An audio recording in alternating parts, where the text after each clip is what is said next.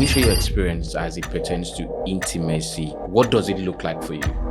So, and there are some instances that, okay, you ask a girl out and they say, look, normally, I would have done it. You're such a gentleman. You have everything that a lady should look for in a man, but I do not think I can like you to that extent.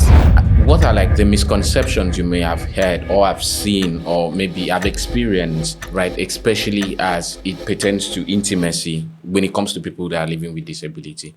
One of the misconceptions that people have is persons with disabilities are asexual. Of course. They don't have sexual feelings. Yes, They shouldn't think of intimacy. They should be praying for healings. The funny thing I used to find is that, like you said, when you discuss with people, they look like there is nothing they can do with them, but then you see them pregnant, These and then people you ask the are question. planning to even take advantage of those disabled because Nkuri can use you. Nankuri Moreke Mikero. They go on to take advantage of those people. Hello, welcome to another episode of the Intimate Matters podcast, your go-to podcast as it pertains to issues of sexual and reproductive health. And as always, we take you on a deep dive into this world. We look at the physiological aspect of things, the psychological aspect, the social, the cultural, everything as it pertains to your sexual and reproductive health, because we believe that your intimacy matters. And as always today, we want to talk about something that has really been a problem. Oftentimes, this is a personal wonder for me. There's something that I've personally been curious about. People who may be living with disabilities, how it affects them as it pertains to their sexual and reproductive health. That is a conversation we'll be having today, basically as it pertains to the rights, as it pertains to the experiences of people living with disabilities, especially in the aspect of their sexual and reproductive health. And today I'm joined with some very amazing personalities in the studio today. I have with me a journalist par excellence, the one and only Mr. Julius Nsikak. Thank you so much for coming. Thank you. All right. And I also have in the studio amazing personality. I'm talking about Barrister Udeme Ekanem. Thank you for having me. All right. So it's my pleasure having you, sir. So we'll just dive deep into it. So for those, Mr. Julius, beyond just being a journalist, also is an inclusive advocate. So he advocates for people who are living with disability and about the inclusiveness as it pertains to everyday life. So I'll start with you, Mr. Julius. So what's the background to what you do? Why did you dive into advocating for inclusiveness? That's a long story, but I'll cut it very short. Early this year, I had some interface with persons with disabilities. And my interaction with one who was physically impaired got me emotional. And I said, what can I do to give these people a space in a society?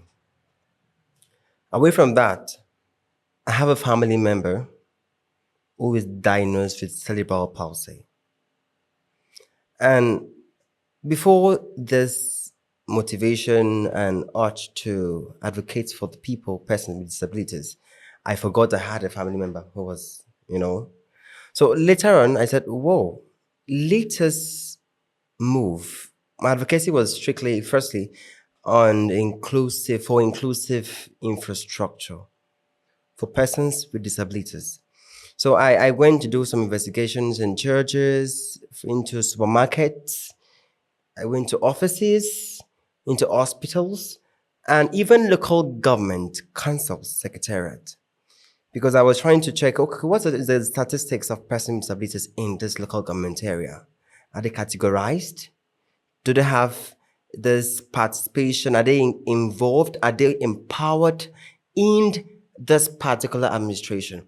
What is the rate of appointment? Do we know local government chairman must necessarily have a PA or SA on disability matters to aid gather up these people in the community who were in the community of disability. So what pushed me was, one, I love advocacy. I come from a legal background. Yes, I had to study law, diploma in law, University of U. For some one or two reasons, I do not really want to practice law. I said no. I want to go for journalism.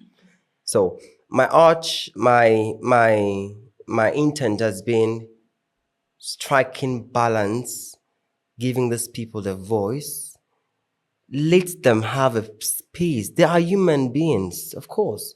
They have rights. So you cannot pocket them in your own corner because you are the ones giving a signature or something. So I have been doing this for some time now, calling for advocacy, calling for inclusive infrastructure, inclusive education in particular too, which of course, thank God for today.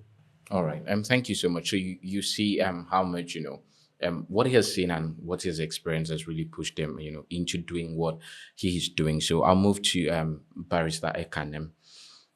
As somebody who is visually impaired, can you share your experience as it pertains to intimacy? What does it look like for you? Wow. Okay. Let me start like this. Intimacy, like you said, it has a lot to do with the sociocultural and the psychological aspects. You need to marry all those three aspects before you can arrive at a conclusion somehow. But then, before intimacy comes in, there should be admiration. There should be some level of knowing each other before the intimacy comes in. And the challenges are there, partly because of the environment we found ourselves, because Nigeria is a third world country. And to that extent, it affects our reasoning, our doing things, and the way we act on a daily.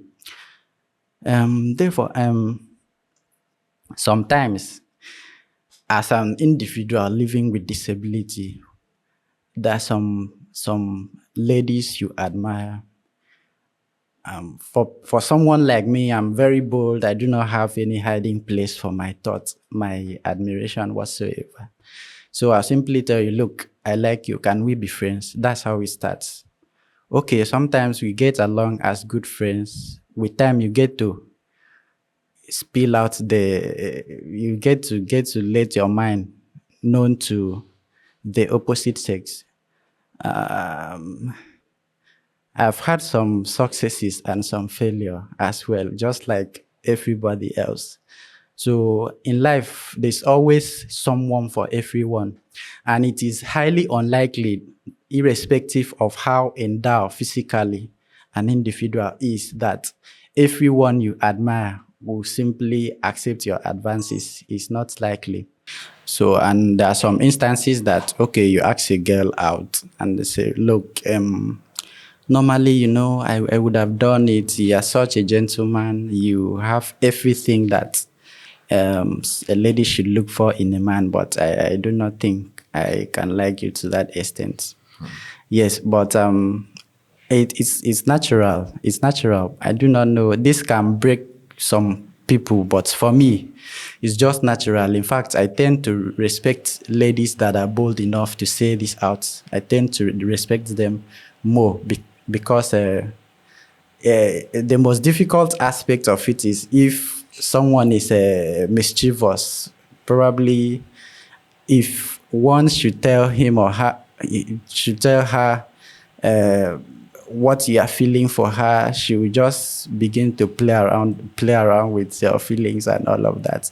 But in an event, the lady is bold enough to say, look, we cannot go that far.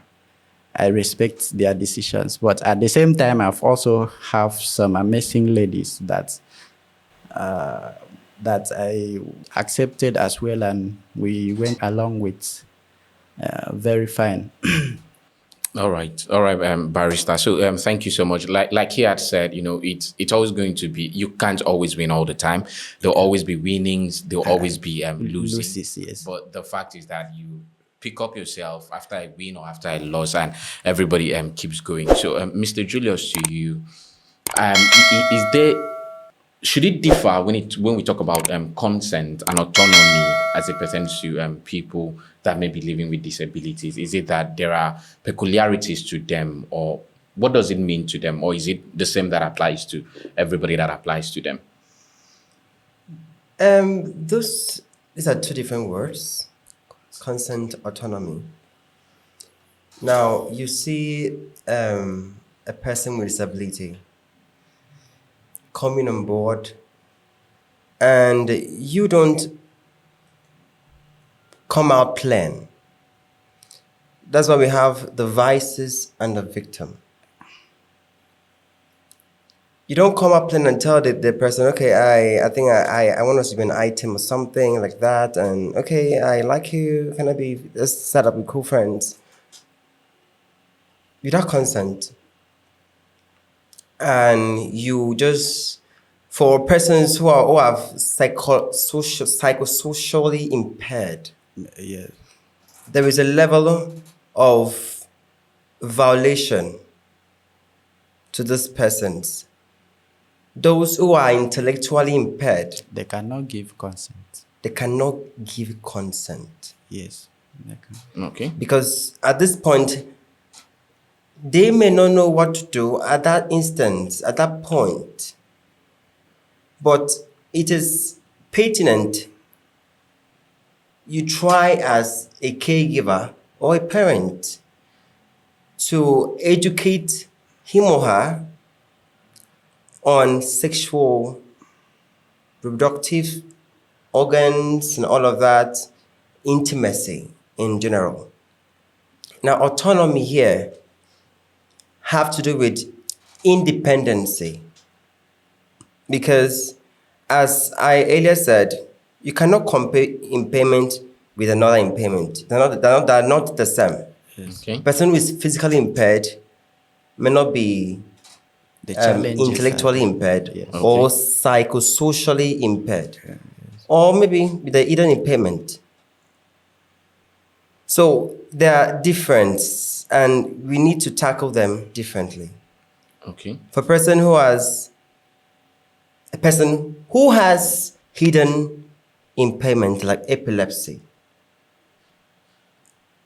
I cannot say the person can be independent at any point, because anything at the pay. Okay. So that's why you see persons who caregivers and parents always attaching themselves to them. Only freedom, only privacy. But if you come back to consent, I feel there should be more protection there. There are two different things automatically. Okay. So it will depend on the type of impairment that Yes. that the individual has, Yes. which will decide how much freedom Yes. in terms of autonomy that the person can express. You don't need to restrain him or her from exercising his right. He has feelings, emotion, and development in and out. So the person here, you are not to censor everything he or she does, but need to guide. That's if the individual can make an independent decision. Exactly. Because there are some aspects of disabilities that all they need is care. They cannot, as a result of their disability, make an independent decision for themselves. So all they need is just care. That's all. And leave the rest to God, depending on the nature of the disability an individual has. Okay. Thank you so much, Barrister. So coming to you, just to add to that. So, what are like the misconceptions you may have heard or have seen or maybe have experienced, right? Especially as it pertains to intimacy when it comes to people that are living with disability. The major misconception is that an individual with disability, people believe that a person with disability cannot decide for himself. Therefore, intimacy becomes a taboo. to a lot of people. So that's why some persons with disability find it very difficult to find a spouse or a partner, especially if they are not literate and if they are not empowered economically. It becomes an impossible aspect of existence for them. Okay. So that's one of the major misconceptions. Okay. So I believe that, like you've said, that with literacy, these people having access to education in one form or the other. Yes, and if they are empowered economically Okay. to earn a living, it will help eradicate that misconception, because if an individual with disability has a girlfriend and is able to cater for his responsibility better than his neighbor's girlfriend or better than most of his friends, the misconception will be eradicated naturally. It will die a natural death, as we would say in law. I have sat with people and talk about a person, a blind law graduate, and the needs of some persons in school. And the words that came out from their mouth were Terrible. were absurd. Yes. Akaso, those kind of things is stigmatization. Yes, it is. Now, one of the misconceptions that people have is that persons with disabilities are asexual. Of course. Okay, they don't have sexual feelings. Yes, they they can't They shouldn't express- think of intimacy. They should be praying for healings. So they should be praying for healings. Oh Lord, let me see, let me hear. But it is a misconception. These persons have feelings. They have emotions. They feel pains. They have reproductive organs. Yes, they do. And secondly, people think they are dependent, not independent. Yes. Okay. So how will I marry a person on wheelchair and I'm the kind of person and then drag him up, And for example, a person who is visually impaired, that's sensory impairment. I have to go and learn sign language. I have to go and learn how to do, You feel you cannot associate with this person intimately. So what I can say is look at the person and leave the disability. Okay. That is it. All right. So coming to, because he talked about the fact that if we have the right empowerment in terms of education, it will help to curb this misconception. Talking in the aspect of sexual and reproductive health, as an advocate for inclusiveness, what's the access? How much access do you have to sexual and reproductive health materials that really emphasizes on people living with disability? How much access do I have? Like do the people living with disability have? Okay, Iba. So I use my dialects for you to understand. Okay, it is serious. They. I can't find it, and it is not available in every location, and it is not fully integrated. Okay. Disability education is not integrated into SRH. Okay. Which it should be integrated. There are a lot of issues affecting the system. Even to access these materials, you get stopped because of the infrastructural exclusion or inaccessibility to this building, this infrastructure. Okay, you mean like maybe if that to go to like the hospitals, for example? Some of these hospitals, for a disabled person to even access, is a problem. Okay. No ramps. Now, how many brailles do we even have for persons who cannot read, who cannot see? So you see, these are the issues we have. It is not available. So it is very important that disability education be integrated into the SRH for the purpose of material availability. Okay. Because when researching, it is difficult to even know. Okay, besides, if I ask a very loud question, what is the statistic of disabled persons in instead of obium, they won't get anything to show me because no interest is there. So these are the focus we need to look at that need to be pointed, touched at for persons like me who do investigations on disability matters and others who are interested in inclusion. So for now, this education matter is almost like it's dead at arrival. Which is very unfortunate because it's part of a fundamental human right that everyone everywhere, not minding your abilities, should actually have access to education. Every single form of education that is available to Tom should also be available to Jerry. So it's quite unfortunate, and that is why we do what we do here on the Intimate Matters podcast. We make platforms available like this where we discuss issues as it pertains to sexual and reproductive health for every single person. And if you're just joining us today, we're talking about sexual and reproductive health, especially as it pertains to people with disabilities.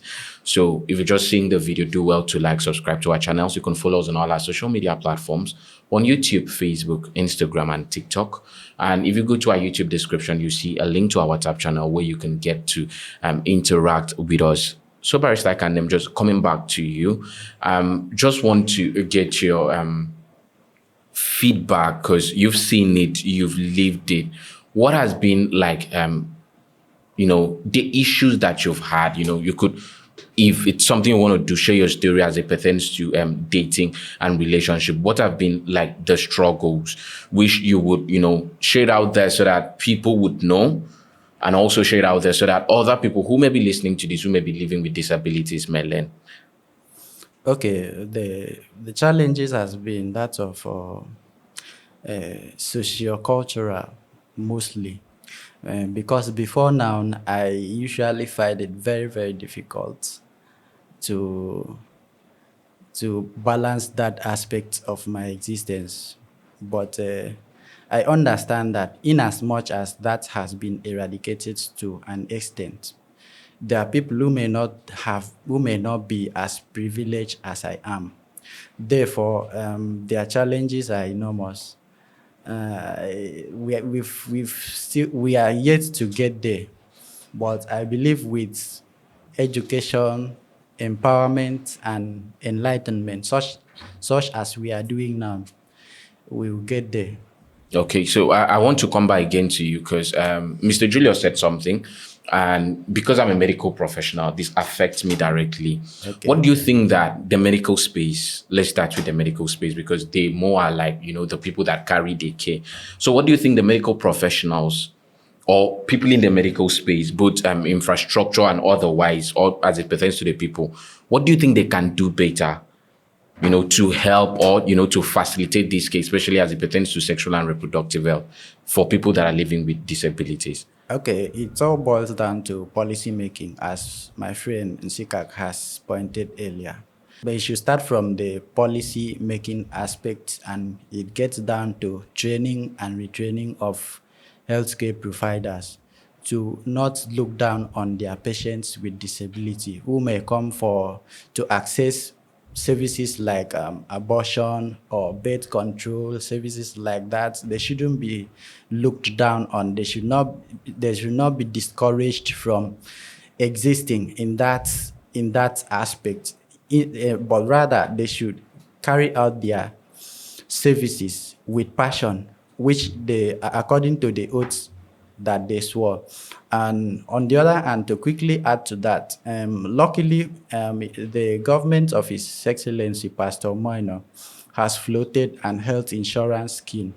And for persons with disability, is the enrollment to that insurance services is absolutely free for persons with disability. I think that's a plus, but I think more needs to be done because healthcare providers should be trained and retrained to be able to meet up with the expectation of a community of persons living with disabilities. All right. So thank you so much for that. So this might be my own personal opinion from interaction with people. I feel that people are more inclined to pity people living with disability, in quote. But I feel that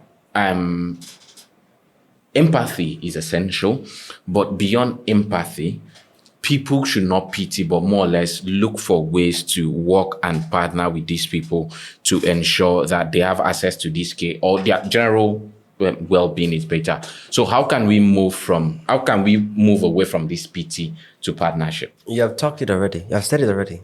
It is almost a do or we stay stagnant. Because we need to move from sympathy to solidarity, from words to action. Like my brother I kind of mentioned earlier, empowerment.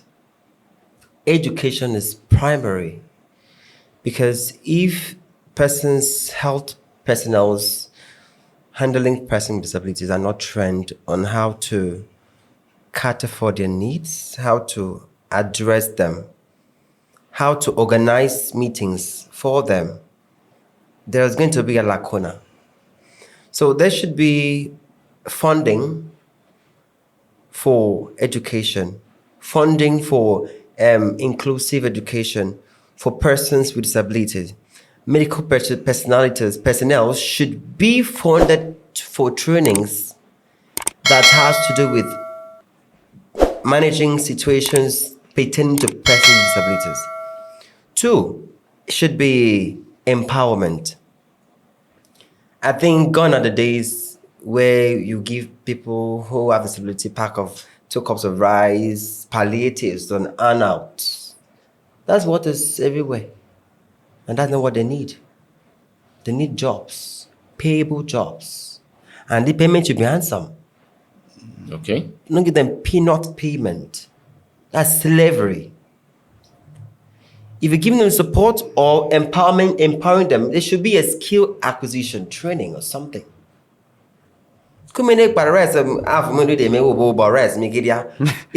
house that there are about 5 children for a married person, or a family, the old family house, you go back to the house, the rice finishes in 2 days. Oh, you wait for them to come and give us another rice again. So you don't not do that. You need to empower those people with either financially to start up a business or a skill. Okay. Or train something like tailoring, cake making, and all of that. Those that have certificates or have gone to school, most of these persons are educated. Give them a job, employ them. They can act and deliver well for you. So I think that what we have to do primarily is pushing education, directing to this particular lacuna. Let's fill the gap. There is a gap and we need to fill it immediately before it gets out of hand.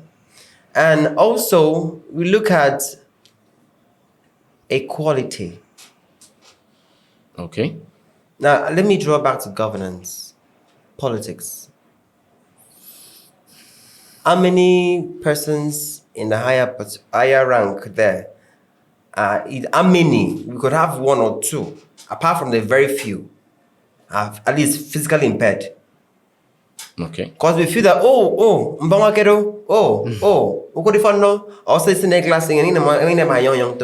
so you need to look beyond their disabilities and look at what they can offer.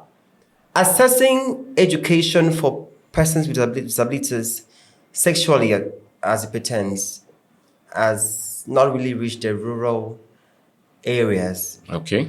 Yeah, That is the point you should look at now. that's a serious lacuna. The sensitization and orientations, the spread of sexual education, how far has it gone? Had this sponsorship for health personnel to take up these things? No. So you take them to market square, go to market to village halls. And they will not say this Okay, village here, let's have a meeting. Let's call how many persons do you know? Don't be local government chairman. Okay. In terms of like political stuff. So you need to narrow it down to The grassroots. the grassroots. Go towards. That's why I say there should be funding. Once there is funding, this thing will be made available. And advocacy must continue for the sake of it to be projected, for the eye seeing of those who want to see it. And those who have this urge to help and to change the narrative. So if you can narrow down education of sexuality, sexual intimacy education to the grassroots, tell them, this is your reproductive body part. Oh. Don't touch this part. Oh. I'm out to And all of that. and all of that. Educate them. Even those who are intellectually impaired, there's a way you tell them, they will understand. Yes. Those who are visually impaired, it's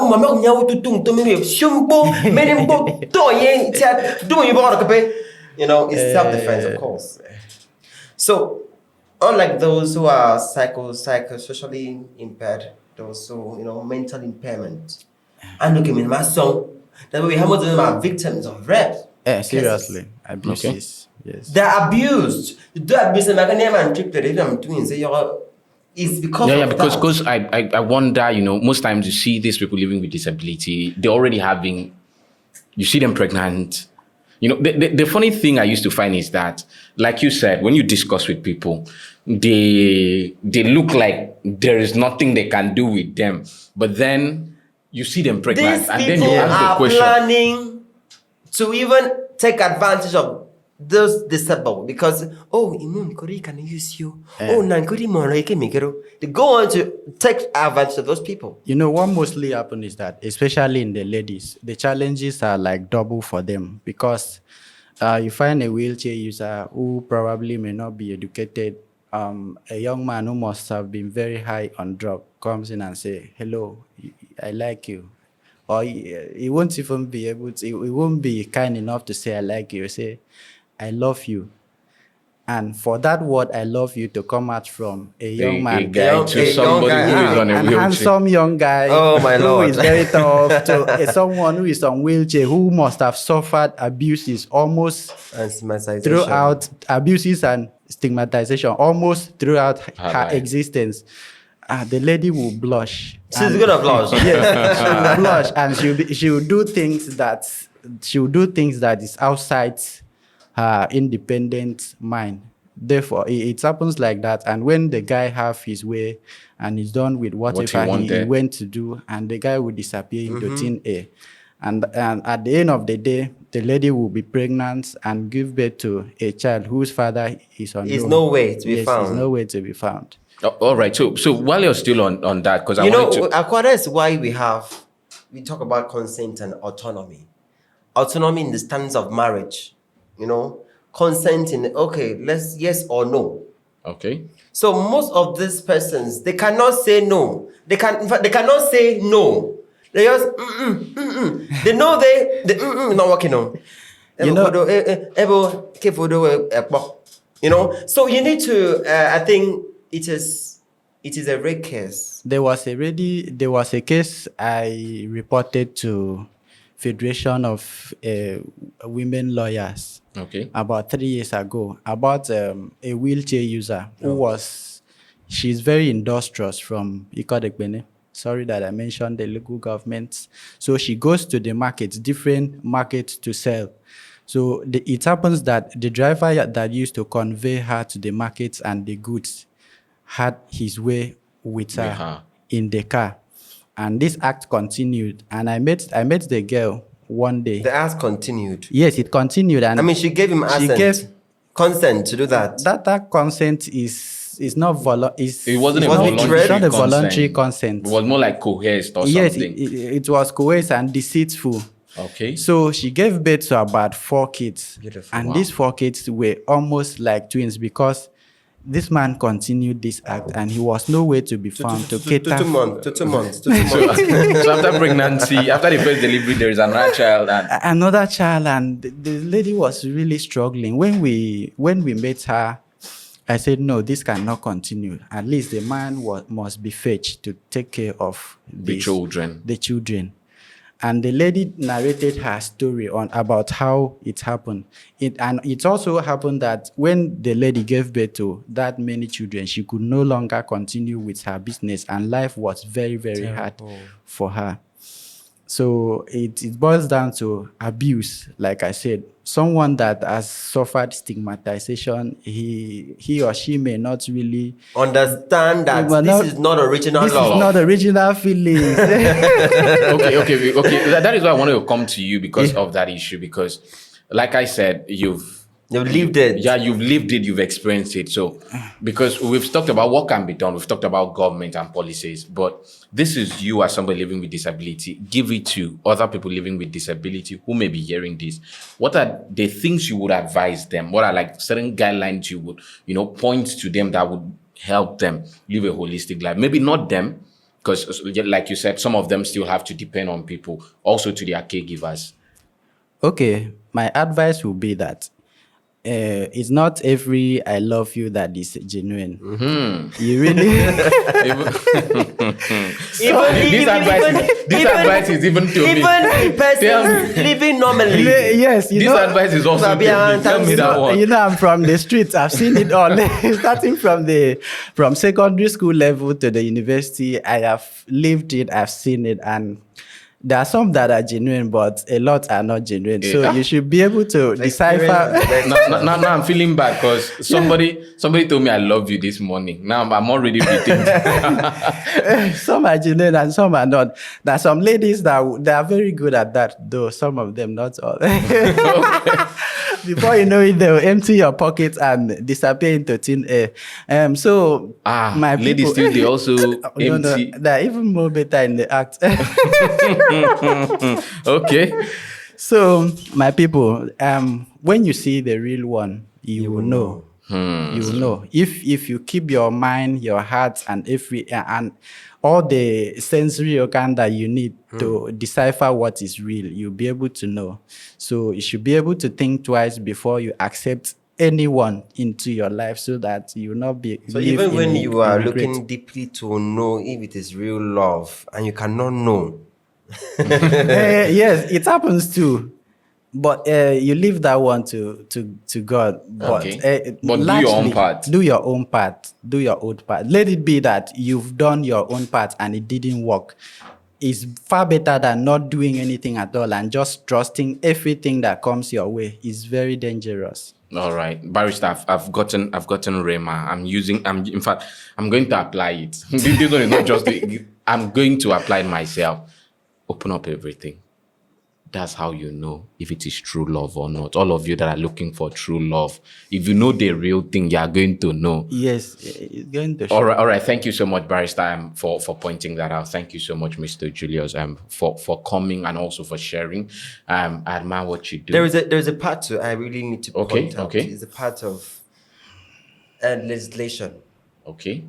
Because we need a backup. There should be From a the law, backup from the law. Okay. It has been domesticated in more than 18 states of the Federation. Akwa Ibom is yet to domesticate the Special People's Law. So I use this medium to tell the good people of Akwa Ibom State that we need this law signed by His Excellency, our governor, because it has passed third reading. It has been passed by the State Assembly. So if with this law is passed and it's passed already and signed just yet to be signed by the governor, once this is done, we have validations, we have backups to take us advocacy higher. An institution will be set up. A Exactly. disability commission will be set up. And also there should be inclusive infrastructure, accessible infrastructures. Buildings should be made accessible. There should be ramps. There should be toilet made for persons. In fact, the toilet should be usable for persons with disabilities. There should be spaces in verandas so that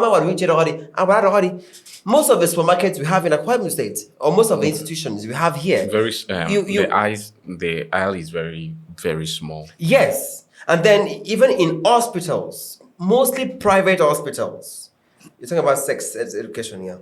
So even a wheelchair user cannot access it without being lifted by somebody. It's embarrassing. So the staircases, the entrance steps should be lowered, and there should be ramps for persons on wheelchairs. This is not just for them. Even those aged people, old persons, pregnant women, it will help them. Please. All Thank right. you So so Akwa much. Ibom State government, the good people of Akwa Ibom State, please, it beckons on us for us to do what we have to do, join our voices together and ensure, that this act is signed. So, we could make provisions, infrastructural, and also as it pertains to education for people that are living with disability. This has been a very enlightening session, right? Because it's something, like I said at the beginning, it's something that I've always been curious about. My job had taken me, especially you talked about the issues of abuse, sexual abuse. Having spent some years in the gender-based violence space, I realized that people living with disability are oftentimes always prone, More Yes. of the victims. They are more of the victims. of being abused, especially like you say, those that are psychosocially impaired, because physically they may have all the features, nothing wrong with them physically, beautiful to behold, good to look at, and the attraction is there. But then, like you said, some of them cannot actually give this But, consent. we still have persons who are psychosocially impaired, mentally deranged, impaired, that are taking advantage of younger persons who are not impaired. For It's example, true. a person who is mentally, I'm talking about not okay Deranged. psychologically, on the street, a big man, he get tired in waka for road, into small girl carry him, one or two. So there should be control also. Let's be watchful. Let's not go far from our children, because there are times these persons also abuse. Okay. Of course. So there's a balance. That time they are the one abusing persons, especially most who are socially impaired, mentally impaired. So there should be more mentorship on this. That way, have There was a particular regime that went about the street picking people like that who are abandoned into the street to prevent them from becoming nuisance to members society. of the society. society. Okay. So government also, it's important that we look out for that aspect also, while also protecting them, we should also protect the members of the general public against them also. Thank you so much, Barrister Kanem, for coming. Thank you. Thank you so much, Mr. Julius. Thank you. You've really opened up my mind. You've really opened up my mind. I'm sitting here, I'm thinking as a health professional, what I can do, what I can contribute, thinking of the things we could do, especially as it pertains to education, because we have the general education, we have education that are channeled to some subset of people based on, their specific characteristics. And I hope that not just me, that other health professionals that will be listening to this podcast will hear this and also think that it's something that they should consider, because we here at the Intimate Matters podcast, we consider this. We know that the sexual and reproductive health rights of every single individual in the society matters. That is why we have this podcast. Thank you so much for joining us on this podcast. Do well to like this video. If you're not yet subscribed to the channel, subscribe, and also share it with people so that everybody can have this knowledge and everybody can get to hear this so that they can contribute and also play their path. Share this to government parastatals. They are roles that they need to play. Share this to owners of facilities and hospitals. When they're building their infrastructure, they should also consider people living with disability. Share it to medical professionals, doctors, nurses, pharmacists, nutritionists, physiotherapists, all of them, so that when they have contact with people living with disabilities, they know that yes, they're also their patients. They also have rights that like patients, and also there's the right way that they should communicate with them. So thank you so much for joining us on this episode of the Intimate Matters podcast. As always, we'll say it again and again. Your intimacy matters. My name is Nosa Kwawokwan, and I'm your anchor on this podcast. And until we come your way next time, bye for now.